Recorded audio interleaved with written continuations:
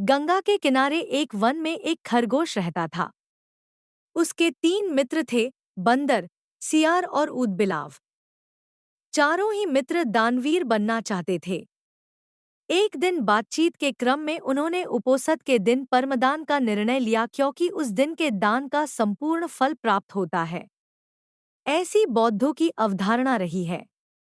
उपोषद बौद्धों के धार्मिक महोत्सव का दिन होता है। जब उपोषद का दिन आया तो सुबह सवेरे सारे ही मित्र भोजन की तलाश में अपने अपने घरों से बाहर निकले। घूमते हुए ऊदबिलाव की नज़र जब गंगा तट पर रखी 7 लोहित मछलियों पर पड़ी तो वह उन्हें अपने घर ले आया। उसी समय सियार भी कहीं से दही की एक हांडी और मांस का एक टुकड़ा चुरा अपने घर को लौट आया। उछलता कूदता बंदर भी किसी बाग से पके आम का गुच्छा तोड़ अपने घर ले आया। तीनों मित्रों ने उन्हीं वस्तुओं को दान में देने का संकल्प लिया। किंतु उनका चौथा मित्र खरगोश तो कोई साधारण प्राणी नहीं था। उसने सोचा यदि वह अपने भोजन अर्थात घासपात का दान जो करे तो दान पाने वाले को शायद ही कुछ लाभ होगा। अतः उसने उपोषद के अवसर पर याचक को परम संतुष्ट करने के उद्देश्य से स्वयं को ही दान में देने का निर्णय लिया। उसके स्वयं के त्याग का निर्णय संपूर्ण ब्रह्मांड को दोलायमान करने लगा और शक्त के आसन को भी तप्त करने लगा।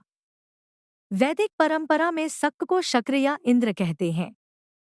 शक्त ने जब इस अति अलौकिक घटना का कारण जाना तो सन्यासी के रूप में वह उन चारों मित्रों की दानपरायणता की परीक्षा लेने स्वयं ही उनके घरों पर पहुंचे। ऊदबिलाव, सियार और बंदर ने शक्त को अपने अपने घरों से क्रमश मछलियाँ, मांस और दही एवं पके आम के गुच्छे दान में देना चाहा। किंतु शक्त ने उनके द्वारा दी गई दान को वस्तुओं को ग्रहण नहीं किया। फिर वह खरगोश के पास पहुंचे और दान की याचना की। खरगोश ने दान के उपयुक्त अवसर को जान याचक को अपने संपूर्ण शरीर के मांस को अंगीठी में सेंक कर देने का प्रस्ताव रखा। जब अंगीठी जलाई गई तो उसने 3 बार अपने रोमों को झटका ताकि उसके रोमों में बसे छोटे जीव आग में न जल जाए। फिर वह बड़ी शालीनता के साथ जलती आग में कूद पड़ा।